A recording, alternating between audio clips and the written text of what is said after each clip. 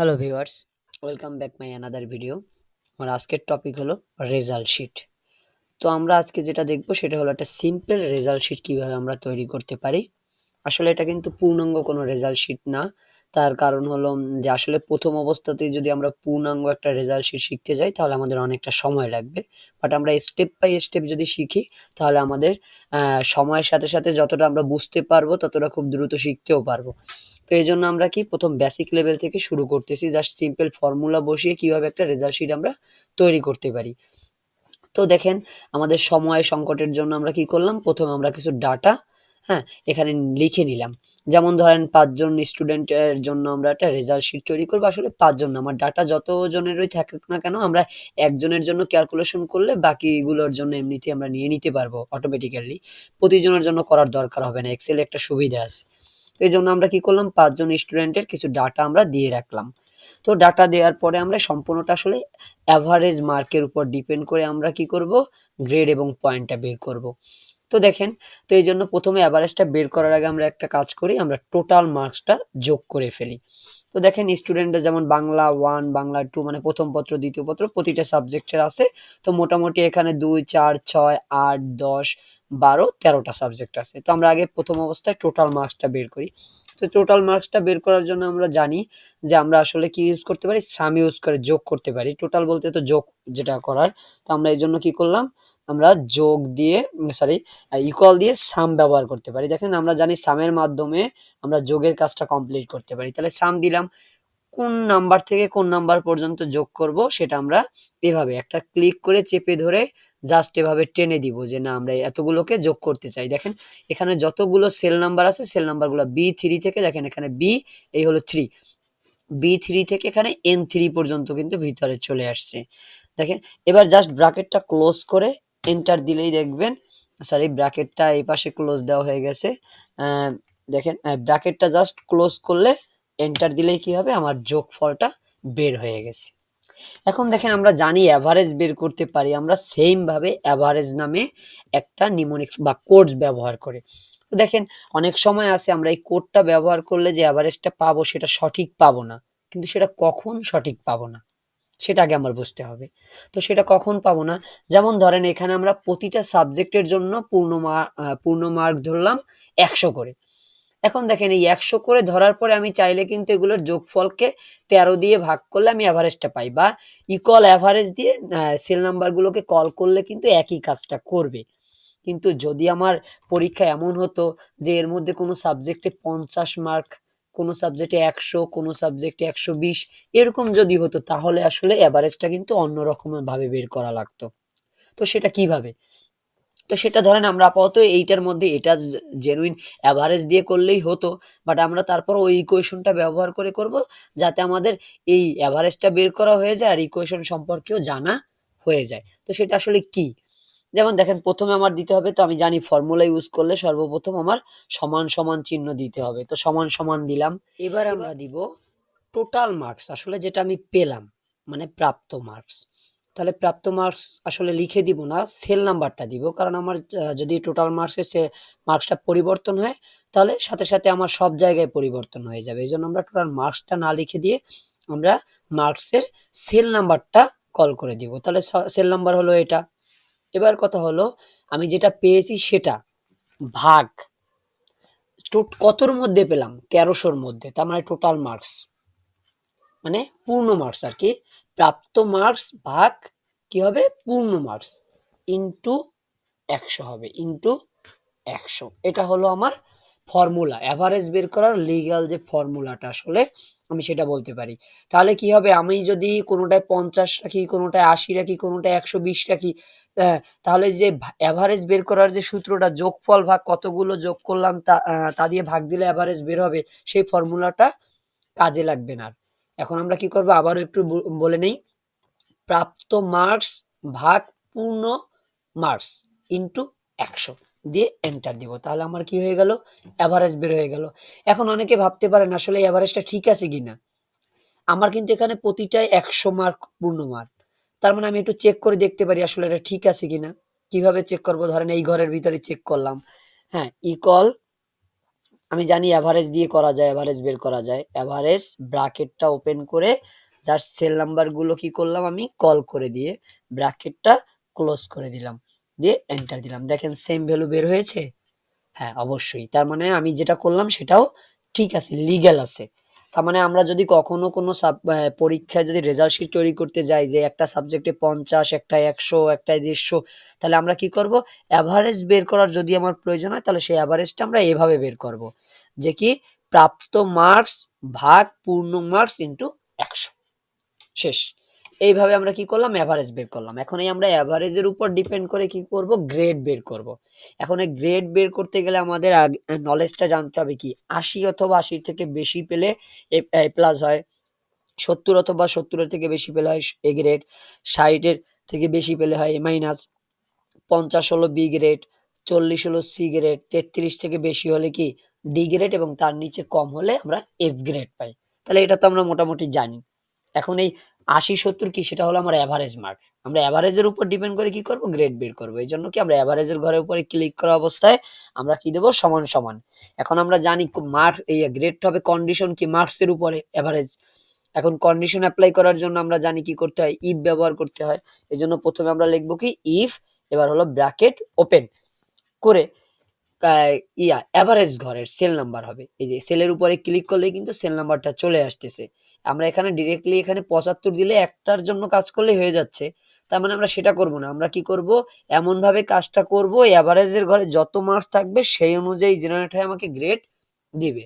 শুধু আমরা কি করি, এই জন্য আমরা কি করি, সেল নিয়ে কাজ করি, নট ভ্যালু নিয়ে। আমরা সেল নাম্বারকে নিয়ে কাজ করি। তাহলে সেল নাম্বার দিয়ে আমরা কি করব, গ্রেটার দেন ইকুয়াল যদি দেই 80, তাহলে আমরা কমা। এবার কি আমার এই যে এভারেজ যদি 80 অথবা 80 থেকে বেশি হয় তাহলে আমরা কি করব, আমি কি গ্রেড পেলাম, আমি এ প্লাস পাবো। আমি কি পাবো, এ প্লাস। তাহলে এই জন্য আমার কি করতে হবে, আমার এ প্লাস দিতে হবে। তাহলে এ হলো এ, তারপরে দিয়ে আমার এই যে প্লাস দিয়ে আবার কি ডাবল কোলনটা আমার কি করতে হবে, অফ করতে, সরি, অফ করতে হবে। যেমন এটা হলো কি আমার সিস্টেম, যেমন দেখেন এ প্লাস, আর আমরা জানি এই এ প্লাসটা হলো কি একটা ক্যারেক্টার, আর ক্যারেক্টার সবসময় কি ডাবল ইনভার্টেড কমার মধ্যে দিতে হয়। সংখ্যা হলে ইনভার্টেড কমা দিতে হয় না, কিন্তু ক্যারেক্টার হলে কি করতে হবে, ইনভার্টেড কমা দিয়ে আটকাই দিতে হবে। এবার হলো কি কমা, এবার হলো আমি যে 80 পাবো বা 80 থেকে বেশি সেটা তো আসলে কোনো গ্যারান্টি নেই। এই জন্য আমরা কি করব, সেকেন্ড কন্ডিশন অ্যাপ্লাই করব, আবার আবার ব্যবহার করব কি if bracket open, bracket open করে আমরা কি করব, দেখেন এই যে ব্র্যাকেট ওপেন, ব্র্যাকেট ওপেন করে সেম আবার সেই সেল নাম্বার, আবার কি করতে হবে, গ্রেটার দেন ইকুয়াল দিয়ে কি করতে হবে, এবার 70। এখন দেখেন 70 যদি আমি পাই তাহলে কি গ্রেড হবে, এ গ্রেড হবে। তাহলে এই জন্য আমার কি করতে হবে, এখানে লিখে দিতে হবে এ গ্রেড। তাহলে এই গেল এ গ্রেড। এখন দেখেন এখন আমার থার্ড কন্ডিশন আবার বসাইতে হবে সেম ভাবে, আবার কি ইফ ব্র্যাকেট ওপেন, তারপর কি করতে হবে, আবার সেল নাম্বার সেম ভাবে গ্রেটার দেন ইকুয়াল। এবার হলো আমার কন্ডিশন কি 60, মানে 60। এবার দেখেন যদি আমি 60 পাই তাহলে আমার রেজাল্ট আসবে কি এ মাইনাস, তাহলে আমার রেজাল্ট আসবে এ মাইনাস। তাহলে সেটাও আমি কি করলাম, ডাবল ইনভার্টেড কমার মধ্যে আটকাই দিলাম। এবার হলো কমা, আবার কমা দিয়ে আবার কি করতে হবে, আমার ইফ দিতে হবে, ইফ দিয়ে ব্র্যাকেট ওপেন, ব্র্যাকেট ওপেন করে কি সেল নাম্বার, হ্যাঁ সেল নাম্বার দিয়ে আবার কি গ্রেটার দেন, তারপরে হলো ইকুয়াল। এবার হলো কি কত, 50, আমার ভ্যালু কত এবার 50, কমা। যদি আমি 50 পাই তাহলে আমি কি গ্রেড পাবো, বি গ্রেড পাবো। তাহলে আমি কি করলাম, বি গ্রেড দিয়ে দিলাম। আবার সেম ভাবে কমা, আবার কি if bracket open cell number, তারপর হলো কি গ্রেটার দেন ইকুয়াল। এবার কত, 40।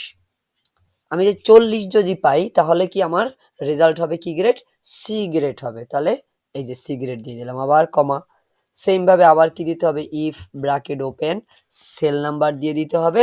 এবার হলো কি গ্রেটার দেন ইকুয়াল, এবার হলো 33। এবার দেখেন যদি 33 হয় তাহলে কমা দিয়ে আমি কি করতে পারি, আমি কি গ্রেড পাবো, ডি গ্রেড পাবো। তাহলে ডি গ্রেড। এখন এবার আবার কমা, এবার পরবর্তীতে আর কন্ডিশন বসানোর দরকার নেই, আমি উপর থেকে চেক করতে করতে আসবো, যদি দেখি যে আমি এর মধ্যে ডি গ্রেড পর্যন্ত একটাও পাইনি, তার মানে আমি 33-এর নিচে পাইছি, তার মানে আমি কি করছি, ফেল করছি। তার মানে ফেল দিয়ে দিলেই হয়ে যাচ্ছে। তার মানে উপরের যে কন্ডিশনটা সত্য হবে, সে 80-র বেশি পেলে এ প্লাস, যদি 70-এর বেশি হয় এ গ্রেড, এভাবে করে প্রতিটা চেক করবে। আমার যে এভারেজের মধ্যে যত মার্কস থাকবে সেই অনুযায়ী আমাকে কি আমার রেজাল্টটা দিবে, মানে গ্রেডটা দিবে। যদি আমি দেখি 33 পর্যন্ত একটাও আমি পাই নাই, তার মানে অবশ্যই আমি তার মানে কি 33-এর নিচে পাইছি, তার মানে তখন আমাকে কি আউটপুট দেবে? Fail output. এবার দেখেন আমি কিন্তু প্রতিটা ব্র্যাকেট ওপেন করছি, একটাও ব্র্যাকেট কিন্তু ক্লোজ করিনি। এখন আমি ব্র্যাকেট ওপেন করছি আসলে কয়টা সেটা তো আগে দেখতে হবে। তাহলে আমি ব্র্যাকেট ওপেন করছি, দেখেন 80-র জন্য, 70-এর জন্য, 60-এর জন্য, 50-এর জন্য, 40-এর জন্য, 33-এর জন্য, তার মানে 6টা। তার মানে ক্লোজ করতে হবে 6টা, 1 2 3 4 5 6। এবার জাস্ট এন্টার। এবার দেখেন 75 আসছে, দেখছেন? এবার আসলো কত? 75। এখন দেখেন কোনোভাবে যদি আপনি এখানে দেখেন 44, তারপরে যদি 32 দেখেন, এবার এবার ধরেন আবার 33, হ্যাঁ, আবার ধরেন এখানে ধরেন আপনি পাইছেন কি বলে 44, এভাবে করে যদি আপনি পান দেখেন আসলে কি B3 N3 এটা সরি চেঞ্জ হচ্ছে না কেন, একটু প্রবলেম হয়তো বা হয়েছে, যেটা আমার আসলে চেঞ্জ হচ্ছে না। দেখি একটু কাজ করে কন্ট্রোল, এইবার দেখেন এই যে চেঞ্জ হচ্ছে। এবার দেখেন সেম ভাবে আমি যদি এখানে ধরেন 34 দিতাম, দেখেন তারপর কি করতাম এখানে যদি আমি 55 দিতাম, সেম ভাবে আমি যদি এখানে 40 দিতাম, এভাবে করে যদি আমি জাস্ট চেক করি, দেখেন আমার টোটাল মার্কসটাও কমে যাচ্ছে, এভারেজটাও কমে যাচ্ছে, সাথে সাথে কি আমার গ্রেডটাও কিন্তু চেঞ্জ হয়ে যাচ্ছে। এখন দেখেন সেম ভাবে আমরা কি করব? পয়েন্টটাও বের করব। শুধু কি করব? এইটার মধ্যে যে ফর্মুলাটা লিখছিলাম A plus, A minus, A grade, ওই জায়গাগুলোতে আমরা 5 4 3.53 মানে জাস্ট গ্রেডটার জায়গায় পয়েন্টগুলো দিয়ে দেব। এখন তার মানে কিন্তু আমার এত কিছু লেখার দরকার নেই। আমি কি করব? জাস্ট গ্রেডের ঘরে ক্লিক করা অবস্থায় এই ফর্মুলা বার থেকে এটাকে কপি করে নিয়ে আসব। কপি করে জাস্ট একটা এন্টারে দিব। দেখেন এন্টারে না দিলে কিন্তু প্রবলেম আছে। কি প্রবলেম? আপনি এই অবস্থায় যেখানে ক্লিক করবেন সেই সেল নাম্বারটা ওটার মধ্যে চলে যাবে। এজন্য আমি কি করব? অবশ্যই আমি যদি কোনো ফর্মুলা বার থেকে কোনো কিছু কপি করি, সেটা কপি করা হয়ে গেলে এন্টার দিয়ে বের হয়ে তারপরে আমরা অন্য কোথাও ক্লিক করব। তার আগে কোথাও ক্লিক করব না। এবার জাস্ট ওইখানে কি করব? আমরা ওই জিনিসটা পেস্ট করে দিব। দেখেন তার মানে কিন্তু এখানেও কিন্তু গ্রেড আসছে, পয়েন্ট আসে নাই। এখন আমরা কি করব? এই যেখানে যেখানে গ্রেড ছিল সেইখানে আমি কি করব? পয়েন্ট লিখে দিব। এখন দেখেন পয়েন্ট লিখলে কিন্তু ইনভার্টেড কমা দিব না, তার কারণ পয়েন্টগুলো কি এটা সংখ্যা, এগুলো কোনো ক্যারেক্টার হবে না। এই জন্য আমরা কি করব? ইনভার্টেড কমা কেটে দিব। অনেক সময় আসলে ইনভার্টেড কমা না কাটলেও হ্যাঁ আমার কাজটা করবে, কিন্তু পরবর্তীতে এই কাজটা করতে গেলে আপনার প্রবলেম হতে পারে। এই জন্য আমরা এই অবস্থায় কি করব না, কখনো কোনো ইনভার্টেড কমা দিব না সংখ্যার ক্ষেত্রে।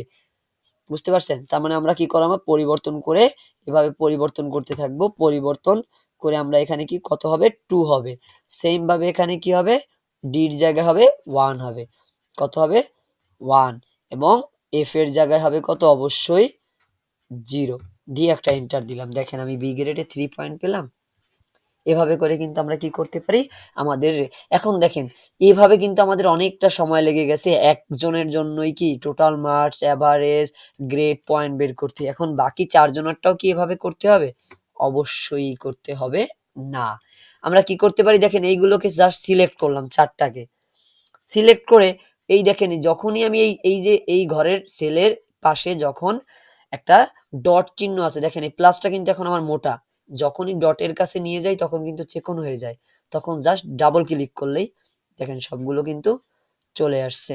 এখন এখানে প্রবলেম হলো সবগুলো একই জিনিস চলে আসছে নাকি? সেম ফর্মুলা আসলে কাজ করে নাই। এবার একটু আমি দেখি তো, এই যে ফর্মুলা এবার কাজ করেছে, হয়তোবা আমার রিফ্রেশ একটু প্রবলেম আছে এজন্য আসলে কাজটা দেখায় না। তার মানে সেম ভাবে আমরা কি করতে পারি? এভাবে সিলেক্ট করে এই ডটের এখানে যদি আমি ডাবল ক্লিক করি তাহলে সবগুলো কি হয়ে যাবে? আমার এই বাম পাশের যে ইকুয়েশন গুলোকে মেনটেন করে সে রেজাল্টটা দিয়ে দিবে। এখন দেখেন এখানে তো আমার 5 বার ছিল, তার মানে 5 বার দিছে। এখানে যদি 100 লাইন থাকতো, 100 জন স্টুডেন্টের থাকতো, তাহলে কি হতো? এই ডাবল ক্লিকে কি হইতো? সেই 100 জন পর্যন্ত আমাকে কাউন্ট করে দিয়ে দিত। যদি 2 জন থাকতো 2 জন, যদি 5000 জন থাকতো তাহলে 5000 জনের স্টুডেন্টের কি হতো? সেই কাউন্ট গুলো তারা করে নিত। জাস্ট আমাকে কি লেফট সাইডে তার ইনফরমেশন গুলো থাকতে হবে, আর কিচ্ছু না।